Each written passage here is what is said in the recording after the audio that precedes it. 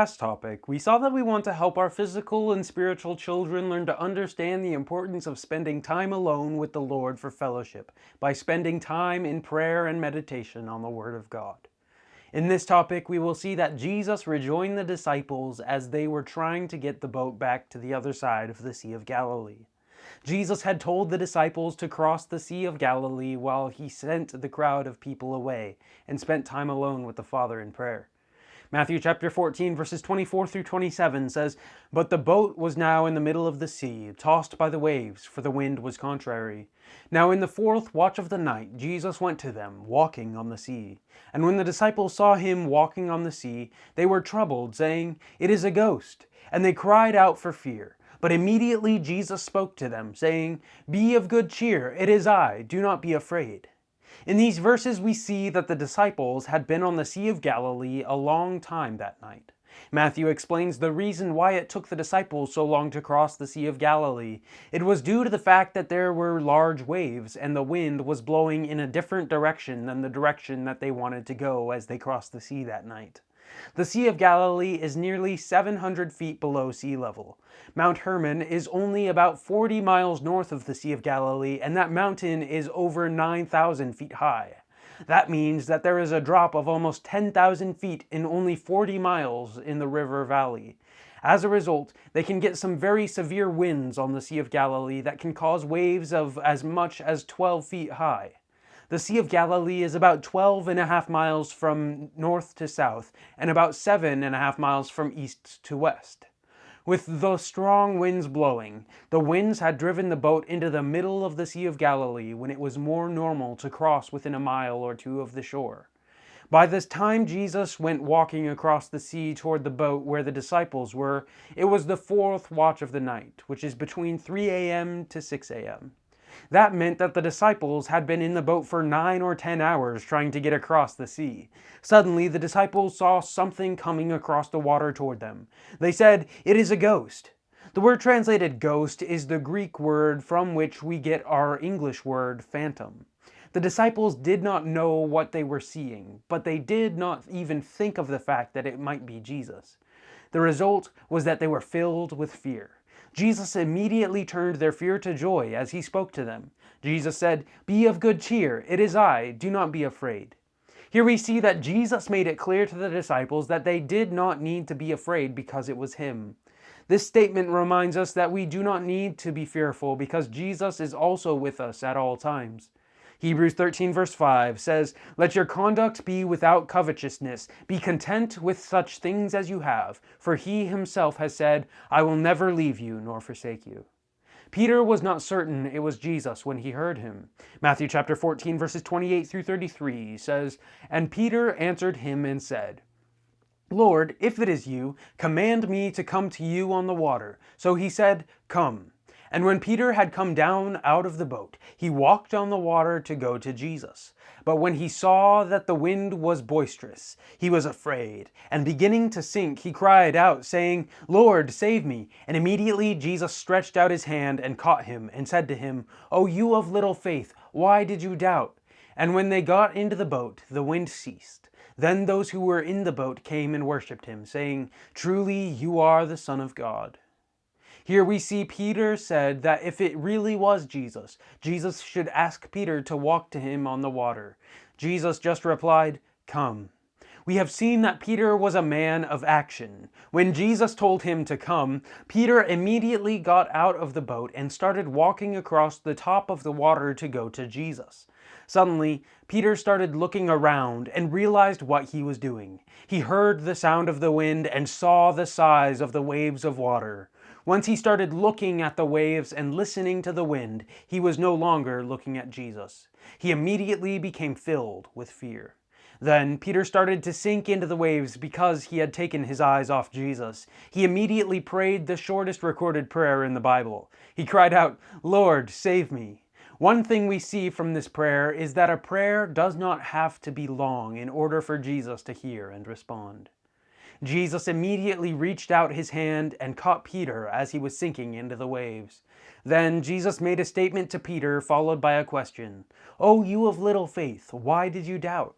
The word translated, "O you of little faith," is used 5 times in the New Testament. Jesus used it in Matthew 6, verse 30, as he talked about worry in the Sermon on the Mount. The other 4 times Jesus used this word were in various situations where he was talking to the disciples. This shows us that worry was a common problem among the disciples when they first began to follow Jesus. In Matthew chapter 8, verse 26, Jesus spoke to the disciples when they were worried that they were going to drown in the middle of a storm on this same Sea of Galilee. Then Jesus made the statement here to Peter as he rescued Peter from the waves. Finally, Jesus spoke to the disciples in Matthew 16, verse 8, when they were worrying because they had forgotten to bring any bread. From all of these uses of this phrase, we see that worry is associated with little faith. In 4 of the times, Jesus was speaking only to the disciples. Jesus followed this statement by asking Peter a question. Why did you doubt? Here we see that the reason Christians worry is the fact that they doubt God.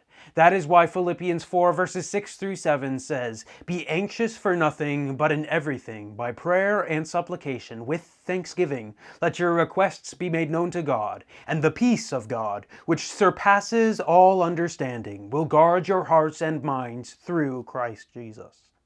Here we see the solution to worry. We are to make our requests with thanksgiving to God. Thanksgiving is based on trust rather than doubt. Trust will cause us to experience the peace of God. Jesus and Peter then got into the boat with the rest of the disciples. As soon as they got into the boat, the wind stopped blowing. This was the same thing that had happened the previous time that Jesus said, "O you of little faith." Matthew chapter 8 verses 26 through 27 says, "But he said to them, 'Why are you fearful, O you of little faith?' Then he arose and rebuked the winds and the sea, and there was a great calm. So the men marveled, saying, 'Who can this be, that even the winds and the sea obey him?'" The disciples had been following Jesus for a shorter time, and so they were amazed. However, we see that this time caused the disciples to have a greater understanding of Jesus. This time we see that the disciples worshipped Jesus. Here we see that the more the disciples saw as they observed Jesus, the more they understood who he is. They expressed their worship by saying, "Truly you are the Son of God." This was one of the events that helped the disciples to grow in their understanding of the fact that Jesus is the Son of God. In the same way, we all need to continue to grow in our understanding of what it means for Jesus to be the Son of God. We go on to read in Matthew chapter 14, verses 34 through 36. "When they had crossed over, they came to the land of Gennesaret. And when the men of that place recognized him, they sent out into all that surrounding region, brought to him all who were sick, and begged him that they might only touch the hem of his garment. And as many as touched it were made perfectly well." The Sea of Galilee was known earlier as Lake Gennesaret, and there was also a town by that name on the northwest side of the sea. As a result, the area around that town was known as the land of Gennesaret. The word Gennesaret means harp. The sea was also known by that name because the lake was in the basic shape of a musical harp. This meant that the boat reached the shore about 5 miles south of the city of Capernaum. John chapter 6 verse 21 tells us, "Then they willingly received him into the boat, and immediately the boat was at the land where they were going." Once Jesus got into the boat, it immediately went from the middle of the lake to the shore. The men in the area of Gennesaret recognized Jesus immediately when they saw him. Then they sent word to the people throughout that area to let them know that Jesus had arrived in their area. At once, all of the people who had sick family members in that area came bringing those who were sick to be healed by Jesus. The people who brought these sick to Jesus just requested permission for the sick to touch the hem of the robe of Jesus. Sometime earlier, a woman had been healed by just touching the border of the robe of Jesus. Luke 8:43-44 says, "Now a woman, having a flow of blood for 12 years, who had spent all her livelihood on physicians and could not be healed by any, came from behind and touched the border of his garment, and immediately her flow of blood stopped." People had apparently heard about this miracle, and so they just asked for permission for the sick to touch the border of the robe of Jesus. We read that all who touched the hem of the robe of Jesus were made perfectly well. The word translated, were made perfectly well, means to save or to cure a person who is sick. We see that every person who touched the border of the robe of Jesus was cured of whatever disease or illness they had. When Jesus had healed the woman mentioned earlier, Jesus said to the woman in Matthew 9, verse 22, "But Jesus turned around, and when he saw her, he said, 'Be of good cheer, daughter, your faith has made you well.' And the woman was made well from that hour." In the case of that woman, we see that she received both physical and spiritual healing that day. We want to help our children learn to explain to others the need for spiritual healing and not just physical healing. Spiritual healing means that the sin of unbelief has been forgiven and a person has received spiritual life. That is something that has eternal results. May the Lord richly bless you as you help your children learn to explain to others how to receive spiritual life.